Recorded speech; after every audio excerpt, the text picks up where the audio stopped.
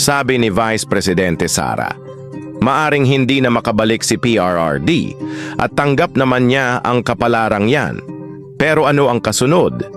Ang kanyang pangalan ay mauukit sa kasaysayan bilang isang pinunong pinagkanulo ng bansang minsan niyang pinagsilbihan.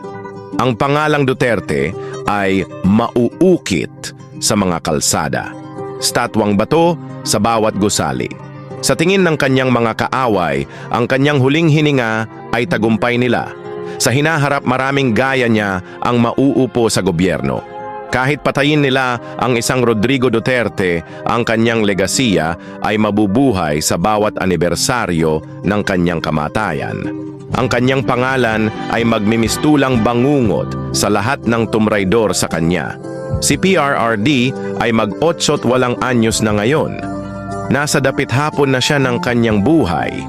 Sabi nga niya, "I have nothing to lose." Ang pangalang Duterte ay magiging immortal sa mundo ng politika sa Pilipinas dahil ay kukwento pa rin siya sa mga bagong henerasyon. Gaya ng isang matanda na nagkukuwento sa kanyang mga apo kung ano ang nangyari sa nakaraan.